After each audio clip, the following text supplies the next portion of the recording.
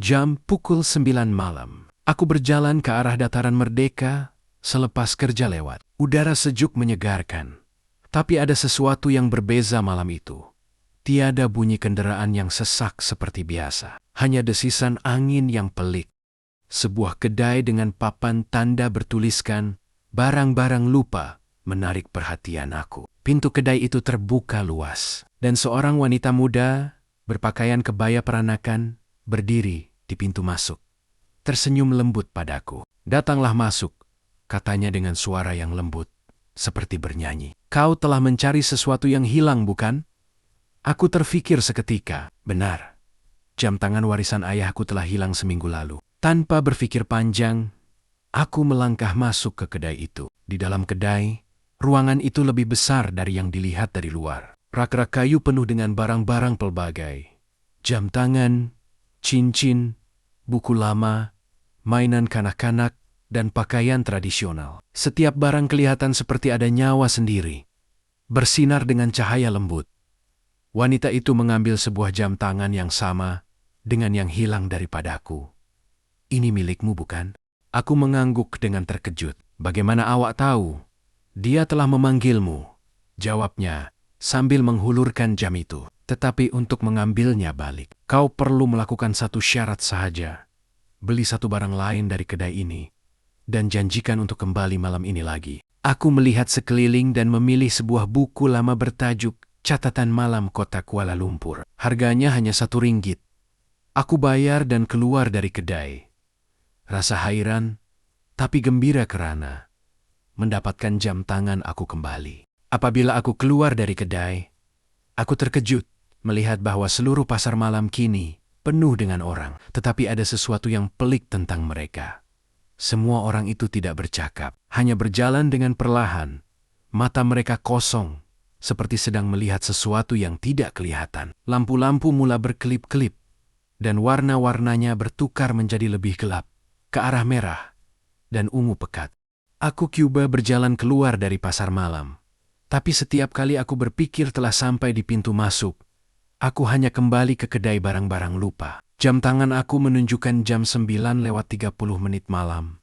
Tetapi rasanya sudah berlalu lebih lama dari itu.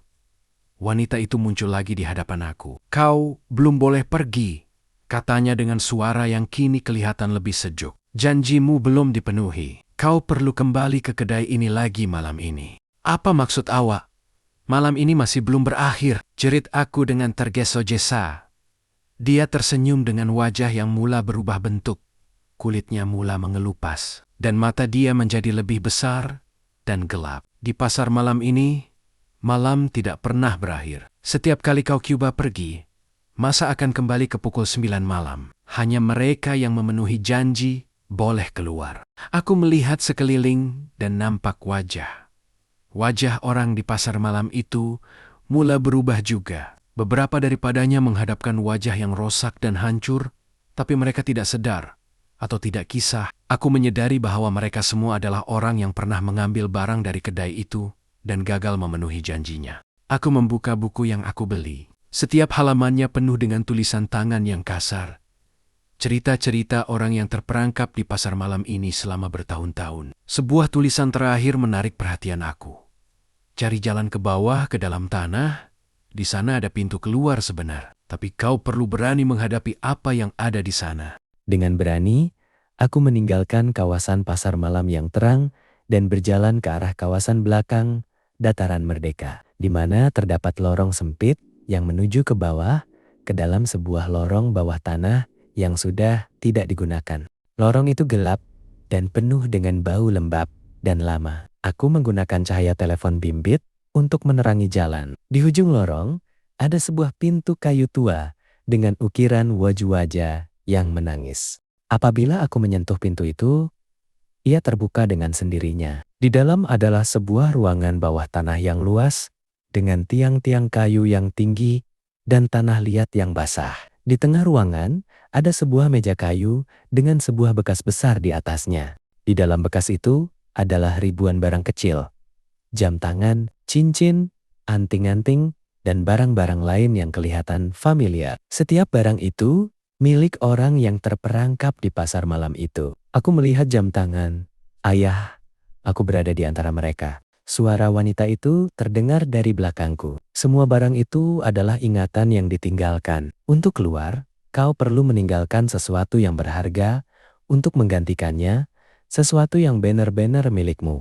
Aku memikirkan dengan teliti. Jam tangan ayah aku adalah barang berharga, tetapi ia bukan milikku secara sebenar.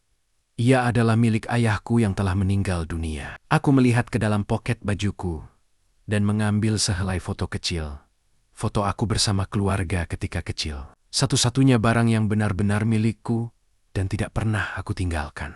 Aku meletakkan foto itu ke dalam bekas besar itu. Sejak itu, cahaya terang menyala dari dalam bekas dan seluruh ruangan mula bergetar. Pintu di belakangku terbuka dan aku melihat cahaya matahari yang mula muncul di ufuk. Kau telah membuat pilihan yang betul, kata suara wanita itu dari dalam cahaya. Kau memahami bahwa barang bukanlah yang penting. Yang penting adalah kenangan yang kita ada di hati. Kau dibenarkan pergi, tetapi ingat, pasar malam ini akan sentiasa ada pada malam-malam tertentu. Jangan pernah kembali, kecuali kau benar-benar perlu. Aku berlari keluar dari lorong bawah tanah itu. Apabila aku melihat ke belakang, lorong itu sudah tidak wujud lagi. Dataran Merdeka kembali seperti biasa, sunyi dan tenang dengan cahaya matahari pagi yang mula menerangi kawasan itu. Jam tangan aku menunjukkan pukul 6 pagi. Malam yang sepatutnya hanya beberapa jam, rasanya telah berlangsung selama berjam-jam. Aku menyentuh bahagian dada bajuku. Foto keluargaku sudah tidak ada lagi, tetapi aku masih ingat setiap wajah di dalamnya dengan jelas. Setiap malam selepas itu, aku melihat ke arah dataran Merdeka dari tingkap rumahku. Kadang-kadang, pada malam-malam tertentu, aku dapat melihat cahaya-cahaya samar yang kelihatan seperti pasar malam. Sejak malam itu, aku coba menjalani hidup seperti biasa. Tetapi ada sesuatu yang berubah. Aku sentiasa merasakan bahwa ada orang yang mengikutiku, terutama pada waktu malam. Kadang-kadang, aku melihat bayangan wanita berpakaian kebaya merah tua di cermin, atau mendengar suara lembut yang menyanyi di tepi telingaku. Pada malam hari ulang tahun ibuku, aku pulang lewat dari membeli kek untuknya. Apabila aku melalui dataran Merdeka, cahaya-cahaya pasar malam itu muncul sekali lagi, lebih terang dan lebih jelas dari sebelumnya. Pintu kedai barang-barang lupa terbuka luas, dan wanita itu berdiri di pintu masuk dengan wajah yang kini kelihatan lebih lembut. "Datanglah masuk," katanya. "Kau tidak dapat lari daripadaku selamanya. Ada sesuatu yang perlu kau ketahui. Kali ini, aku tidak berusaha melarikan diri. Aku tahu bahwa saya tidak akan dapat tenang, sehingga saya menghadapi apa yang perlu dihadapi." Aku melangkah masuk ke kedai itu sekali lagi. Di dalam kedai, ruangan itu kini dipenuhi dengan cahaya hangat. Wanita itu duduk di belakang meja kayu, dengan secawan teh panas di hadapannya. "Nama saya Kamala," katanya dengan suara yang tenang. "Saya bukan hantu seperti yang kau pikirkan. Saya adalah penjaga pasar malam ini. Sebuah pasar malam yang hanya muncul untuk mereka yang telah kehilangan sesuatu yang berharga dalam hidup mereka." Dia memberitahu aku bahwa pasar malam itu wujud sejak lebih 100 tahun yang lalu. Pada zaman ketika Kuala Lumpur masih sebuah perkampungan kecil, ia dicipta oleh seorang dukun untuk membantu orang mencari kembali apa yang mereka hilangkan. Tetapi dengan syarat yang perlu dipatuhi. Tetapi ramai yang salah faham. Sambungnya, mereka mengambil barang yang mereka inginkan, tetapi tidak bersedia untuk memberikan balasan yang sepatutnya. Mereka terperangkap di sini sebagai bayaran untuk keserakahan mereka. Kamu adalah salah seorang yang pertama yang memilih untuk memberikan sesuatu yang sebenar-benar berharga. Kamala kemudian menunjukkan sebuah kotak kayu kecil di atas meja. Di dalamnya adalah foto keluarga aku yang aku tinggalkan sebelumnya. Kamu telah membuktikan bahwa kamu memahami nilai sebenar kenangan. Oleh itu, aku ingin memberikan kamu pilihan. Sama ada kamu mahu mengambil foto ini kembali, atau membantu aku membebaskan mereka yang terperangkap di sini. Aku memilih untuk membantu. Kamala memberitahu aku bahwa setiap orang yang terperangkap di pasar malam itu memiliki sesuatu yang mereka sembunyikan dari diri sendiri, rasa bersalah, kehilangan, atau hasrat yang tidak dapat dipenuhi. Untuk membebaskan mereka, Aku perlu mencari barang yang mewakili perasaan sebenar mereka dan mengembalikannya kepada mereka. Aku berjalan melalui pasar malam itu sekali lagi. Kali ini, wajah-wajah orang yang terperangkap kelihatan lebih jelas. Aku melihat seorang lelaki muda yang duduk di hadapan kedai mainan. Mata memandang ke jauh. Kamala memberitahu aku bahwa dia adalah seorang pelukis yang telah menyerah pada impiannya karena takut gagal, dan dia hilang ketika mencari kotak alat lukis pertamanya yang hilang. Aku mencari di rak-rak kedai antik dan menjumpai kotak kayu kecil yang penuh dengan alat lukis lama. Aku membawanya kepada lelaki itu. Apabila dia menyentuh kotak itu, wajahnya mula menunjukkan ekspresi yang jelas. Dia menangis sambil tersenyum. "Terima kasih," katanya dengan suara lembut. "Saya telah lupa betapa saya cintakan melukis." Segera selepas itu, dia menghilang dalam sekejap, dan aku melihat cahaya lembut muncul di langit.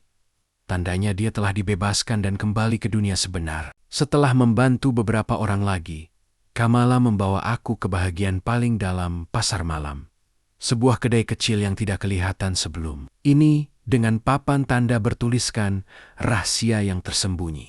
Di dalamnya terdapat rak yang penuh dengan buku lama. Kamala mengambil sebuah buku dan membukanya.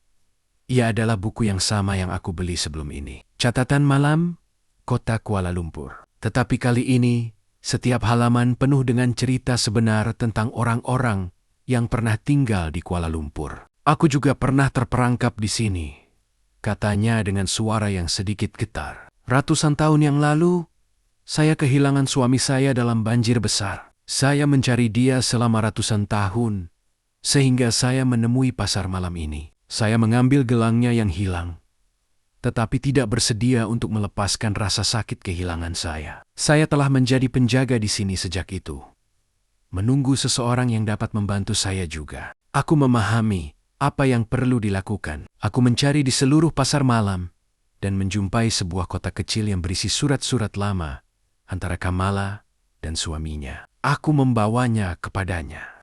Apabila dia membaca surat-surat itu, air mata mengalir di pipinya. "Saya telah lupa bahwa cinta kita bukan tentang berada bersama secara fisikal," katanya. "Ia tentang kenangan yang kita simpan di hati."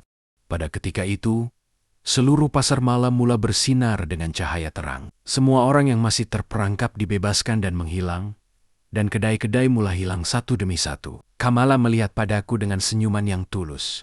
"Terima kasih telah membantu saya," katanya. "Sekarang pasar malam ini boleh berhenti wujud, atau hanya muncul ketika banner-banner diperlukan. Kamu boleh mengambil foto kamu kembali sekarang." Aku mengambil foto keluarga aku dan keluar dari pasar malam itu. Apabila aku melihat ke belakang, ia telah hilang sepenuhnya. Dataran Merdeka tenang dengan cahaya bulan yang lembut.